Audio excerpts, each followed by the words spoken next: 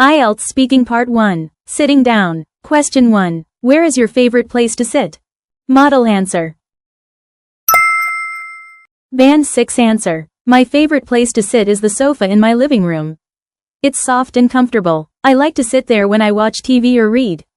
Band 7 answer. I really enjoy sitting on the sofa in my living room because it's spacious and soft. I usually sit there after work or school to relax, especially when watching TV or scrolling on my phone.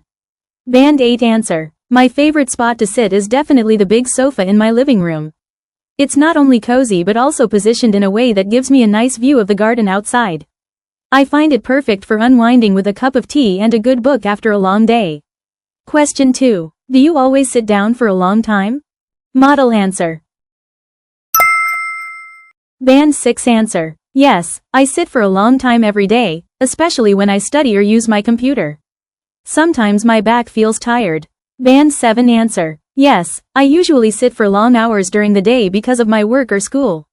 I try to take breaks, but sometimes I forget and feel stiff after sitting for too long. Band 8 answer. Unfortunately, yes, I spend quite a lot of time sitting, especially when I'm working on the computer or attending online classes. I'm aware it's not healthy, so I try to stand up or stretch every hour or so, but it's still something I need to manage better. Question 3. Do you feel sleepy when you are sitting down? Model answer. Band 6 answer. Yes, I feel sleepy when I sit for a long time, especially in the afternoon or when I'm tired. Band 7 answer. Yes, especially if I sit in a quiet room or after eating lunch. I sometimes feel very sleepy, even if I'm doing something on my laptop. Band 8 answer. Definitely. When I sit still for too long, especially after meals or in warm environments, I tend to feel quite drowsy. That's one of the reasons I try to stay active or take short walks to avoid feeling sleepy during the day. Question 4. When you were a kid, did you usually sit on the floor? Model answer. Band 6 answer. Yes, when I was small, I often sat on the floor to play games or watch TV. It was fun. Band 7 answer. Yes, I remember sitting on the floor a lot as a child, especially when playing with toys or watching cartoons. It felt more natural and free compared to sitting on a chair. Band 8 answer. Yes, I used to sit on the floor all the time when I was a child, while playing with my toys, drawing, or even eating snacks. I think children prefer the floor because it gives them more space to move around and feel comfortable. Now that I think about it, it's actually a lot more flexible than using furniture. IELTS Speaking Part 2. A uniform you have worn. Describe a uniform you have worn, such as a school or company uniform.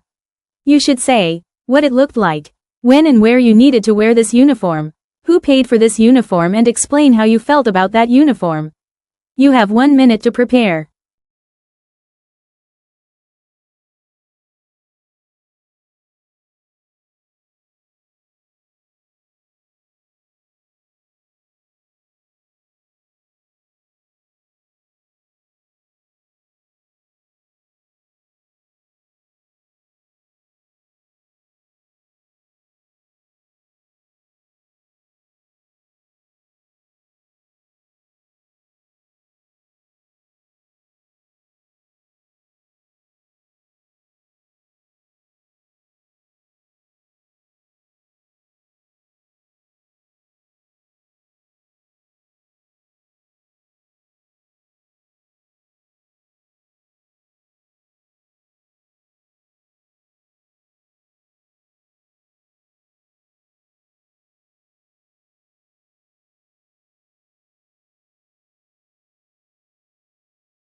You have 2 minutes to talk.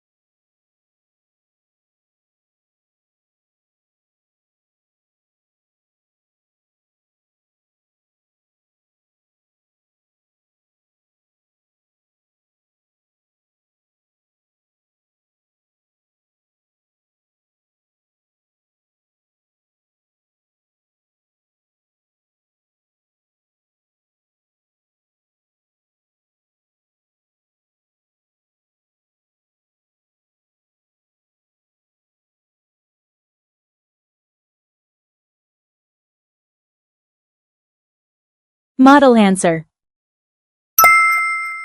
Band 6 answer. A uniform I wore was my high school uniform. It was a simple outfit that included a white short-sleeved blouse, a dark blue pleated skirt, and a school badge sewn on the chest. Boys wore similar shirts with dark blue pants. We also had to wear black shoes and white socks every day. There was also a school jacket we could wear in winter when it got cold. I wore this uniform every weekday while I was in school, and also during school ceremonies like the flag-raising event or sports day. We were not allowed to wear anything different, and there were sometimes checks to make sure students followed the rules. My parents bought the uniform from a school-approved store when I first entered junior high. I remember going to the store with my mom and trying different sizes. At first, I didn't like it very much because it didn't look fashionable. I felt like I couldn't express my personal style. Also, the material was sometimes uncomfortable, especially in the summer when it was hot. But later on, I got used to it. I didn't have to think about what to wear every morning, and everyone looked the same, so it felt fair. Even though I didn't really love it, I understood that it was part of school life. Band 7 answer. During my junior and senior high school years, I had to wear a uniform every day, and it was a big part of my daily routine. The uniform for girls included a short-sleeved white blouse, a navy blue pleated skirt, and a dark blue blazer with the school logo embroidered on the pocket.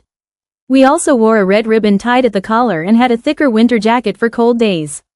Boys had a similar style, but with trousers and a tie instead. We were required to wear this uniform not only during regular school days, but also on special occasions such as graduation ceremonies or inter-school competitions. My parents bought the full set at the beginning of the school year, and sometimes we had to replace items if they got too small or damaged. The uniforms weren't cheap, and we could only purchase them from the official school supplier. When I first started wearing the uniform, I felt uncomfortable. The skirt was too stiff, and the collar sometimes made my neck itchy.